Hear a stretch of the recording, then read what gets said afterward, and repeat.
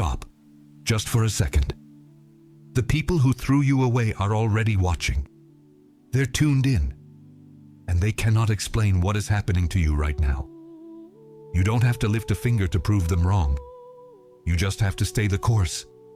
Because what's coming for you doesn't ask permission from the people who tried to block your path. Stay with me until the very end. Before we're done, I'm going to give you a 3-step protocol to seal the breakthrough and revoke everything that was sent against you. You're going to use it today. I need you to feel that I'm talking directly to you. Not to a crowd. To you. You know that feeling of being in a room. Maybe it was a board meeting, a family dinner, or a friend's party, and realizing someone's eyes just passed right over you like you were made of glass. It wasn't even hostility. It was indifference. And indifference stings in a different way. It's not a sharp cut. It's a slow, dull ache. It's not about low self-esteem. It's not an insecurity that needs another therapy session. It's that heavy weight of being invisible, mixed with the exhaustion of trying so hard for so long that you just stopped. Do you remember that night? Maybe it was a random Tuesday, right after 11 p.m. You were lying there, staring at the ceiling thinking, what if they're right? What if I'm really not who I thought I was? That doubt didn't come screaming. It came as a whisper. In the dark, at the exact hour when you didn't have the strength to fight back, you were discarded. Maybe by someone you loved. Maybe by a company where you gave your best years. Maybe by a group that moved on without a word, and you woke up one day realizing your seat at the table was gone. What you feel when you think about them today isn't bitterness. It's something more sober. It's the clarity of someone who crossed a wilderness they didn't choose, but one that didn't break them. And you're still standing. That, by itself, is a miracle most people won't acknowledge. If this word is hitting home, hit that like button right now. That like is your public amen. Heaven keeps a record of what you confess in the light. I haven't abandoned what I planted in you. Their rejection didn't cancel my decree. Today you will understand why the silence was protection, not punishment. Before this message is over, 3 things are going to happen here. First, you're going to see the spiritual truth behind every rejection you've carried. Because being discarded wasn't the end of your story. It was the beginning of theirs. Second, you're going to leave here with an actionable protocol. 3 steps you will take today to seal the turnaround that started before you even noticed it. Third, you're going to have a declaration that will echo in your mind tomorrow morning when the doubt tries to creep back in. And it will try, but it won't find the same ground it used to. Don't close this window. What's coming at the end of this message is exactly what the enemy wants to keep out of your hands. Close your eyes for a second. Take a deep breath. What I'm about to tell you doesn't work if your attention is divided. You are living through at least one of these signs right now. Pay attention. The first, their silence has become deafening. It's not that they stopped talking trash. It's that they've stopped talking altogether. And their silence is so loud you can feel it in your chest. You thought it was indifference. In reality, it's a sign they are watching, and they have no idea how to react to what they see. The second, you've stopped needing the validation that used to be oxygen to you. There was a morning, you didn't even write down the date, when you realized you weren't waiting for that person's compliment anymore. It wasn't a grudge turning into armor. It was healing becoming your foundation. You called it letting go. In reality, it's the sign that what was external has finally become internal. The third, the doors that closed were the wrong doors.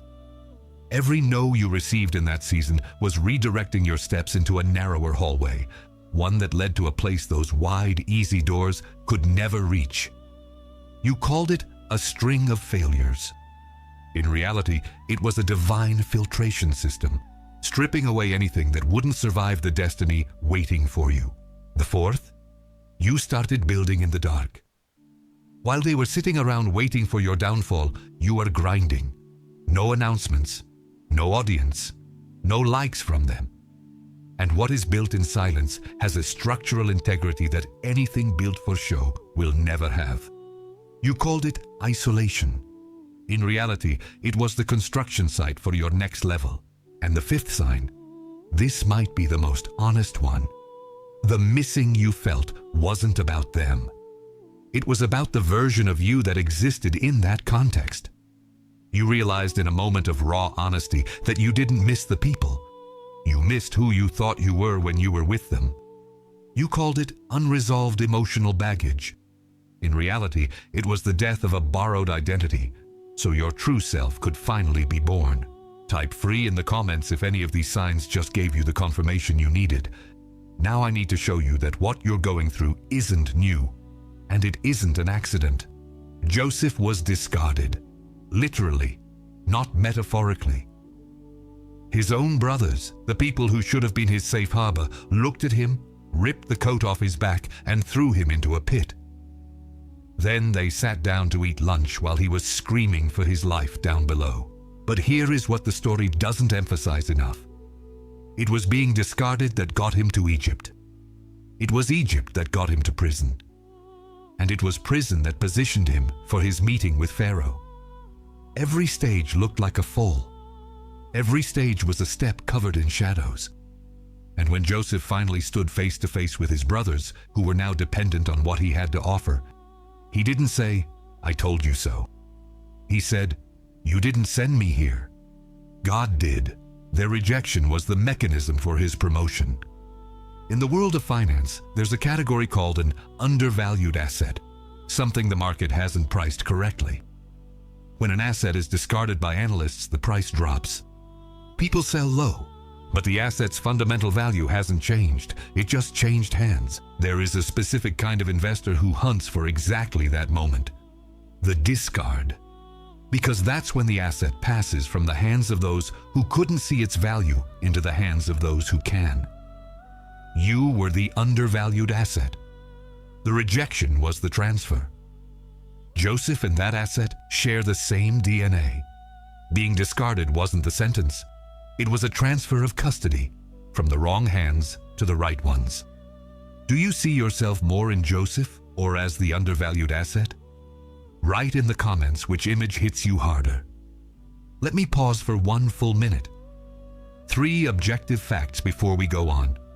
First, every great turnaround in history, biblical, secular, or corporate, has a common thread. Before the rise, there was a rejection, not as a coincidence, as a pattern. Second, the people who discarded you didn't actually know you.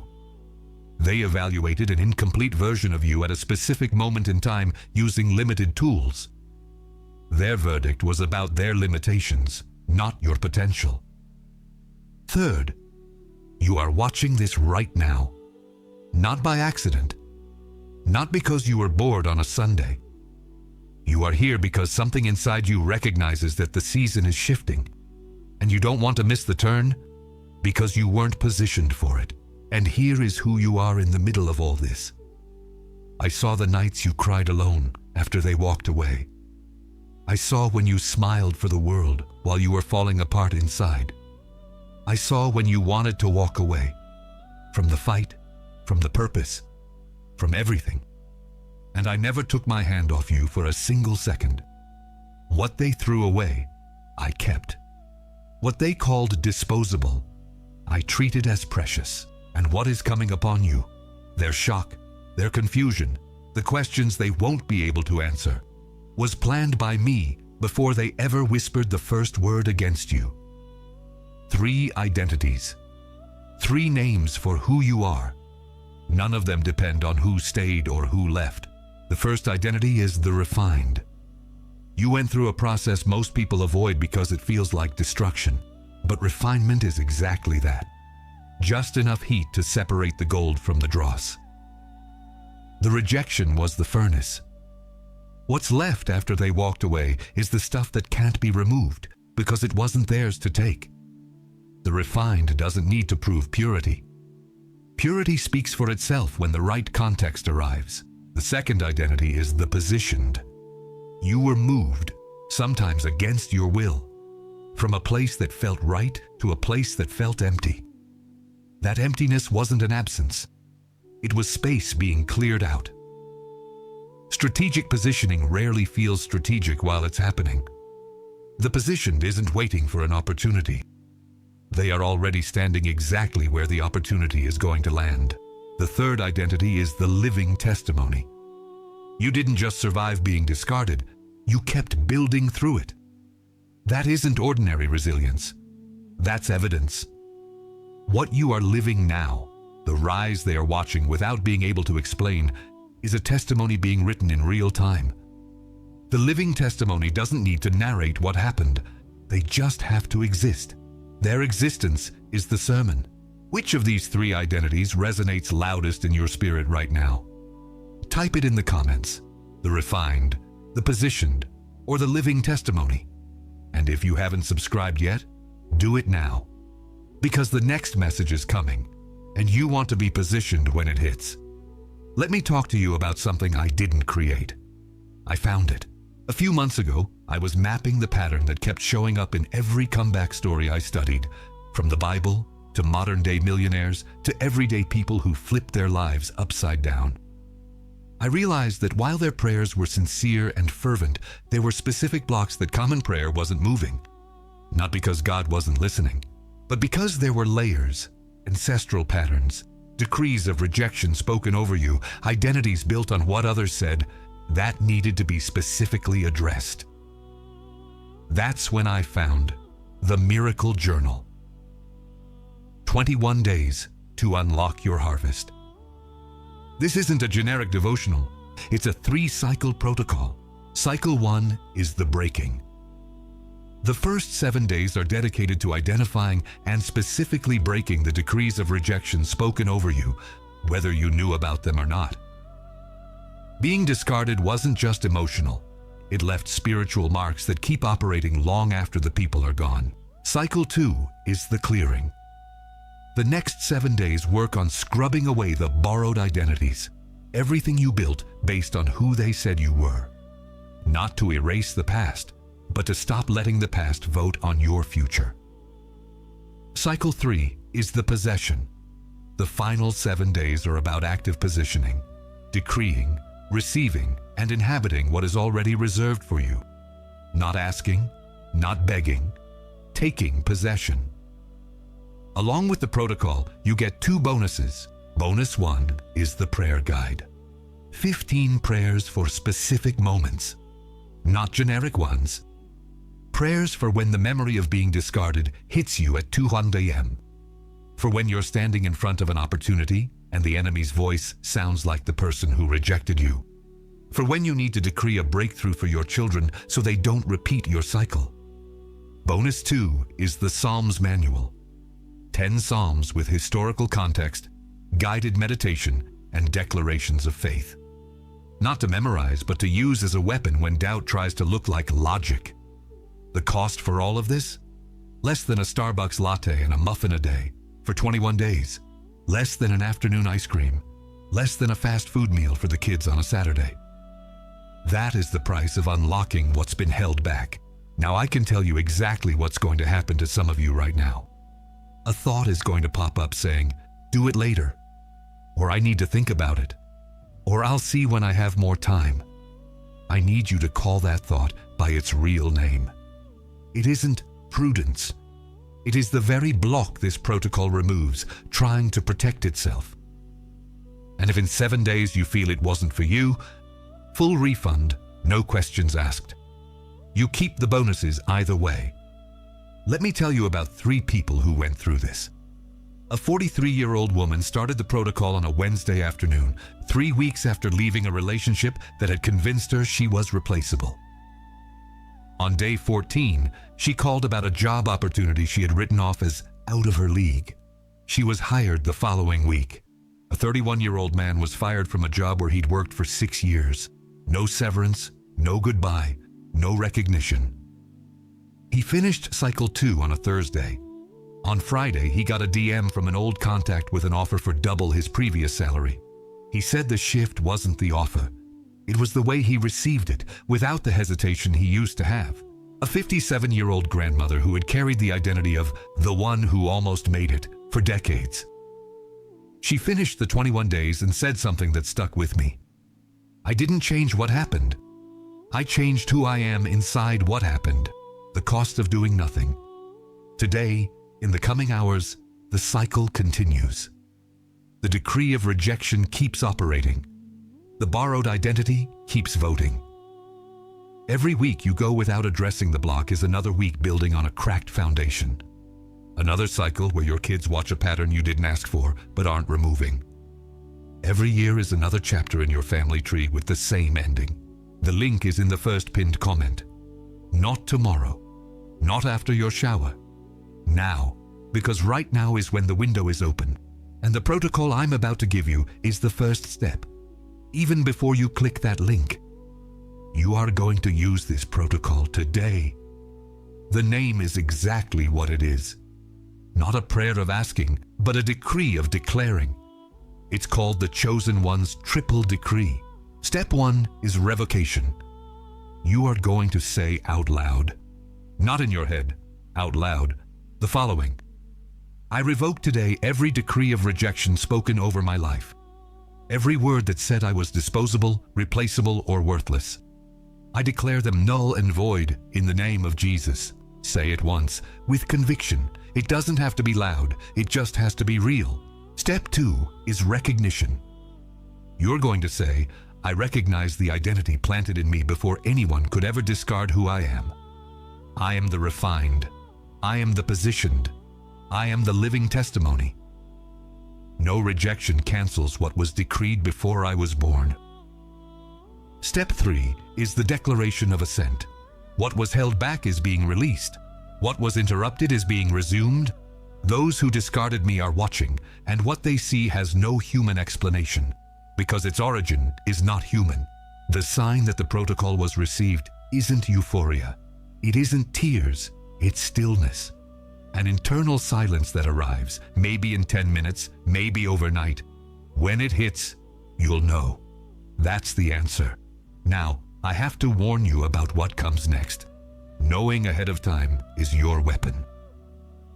In the next 72 hours, 3 things will be launched against you.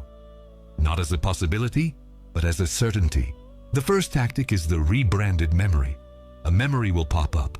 A flash of a specific scene, a sentence someone said, a look you never forgot. It won't come as pain. It will come as realism. It's your mind saying, you're kidding yourself. Remember this day? Remember what they said? Your weapon. When the memory comes, don't fight it. Declare, that was the mechanism for my promotion. Turn the trigger into a decree. The second tactic is the voice of delayed prudence. A thought will come, or a conversation, using sensible language to convince you not to act. Now isn't the right time. You aren't ready yet. Wait a little longer. It sounds like wisdom.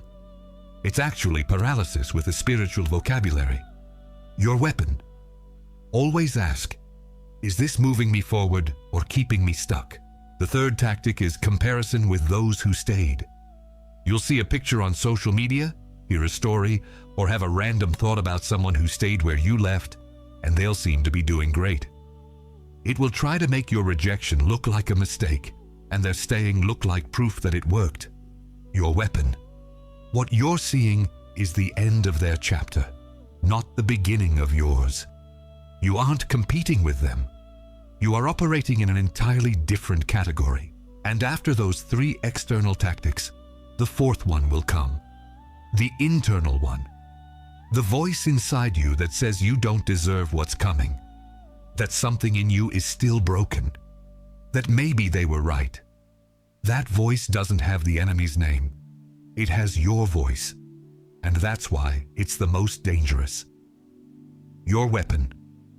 I do not condemn myself. And I do not give the enemy the voice he lost the right to have. Type protected in the comments now. The decree is sealed. Before we go, I need you to do one simple thing. Place both hands on your chest.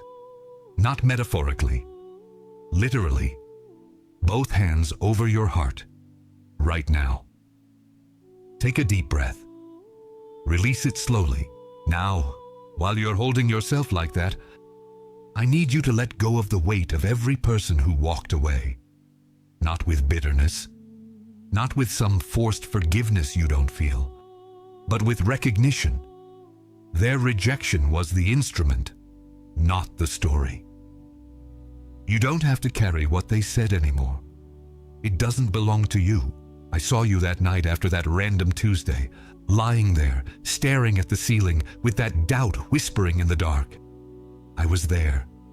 I didn't need you to have the answers. I just needed you to see the sunrise. And you did. Every single time. I saw every morning you got out of bed without knowing why, and you did it anyway. That wasn't your strength. It was mine. Inside yours. What is coming upon you now? Their shock. The rise they are watching and can't explain. It was all planned before they ever spoke a word against you. You aren't where you are, despite being discarded. You are where you are because of it. I turned every rejection into a step, every silence into protection, every closed door into direction. And now you are standing, with your hands on your chest, hearing this. And I'm telling you, you are not the same person who started this video. You never will be again. You are covered. What was decreed over you is in motion. Amen? Type done in the comments. Not because the fight is over, but because the next chapter has begun. And if you're thinking of someone right now, one specific person, someone who is also carrying the weight of being discarded and hasn't found the right perspective yet, send this to them. Right now. Just the link to this video. And if they want to go deeper, the link to the Miracle Journal is in the pinned comment, waiting for them, just like it waited for you. The next video is going to be about what happens when God publicly reverses what was done to you in private, and why the public restoration is always proportional to the silence you kept. It is done. You are not the same person you were when we started.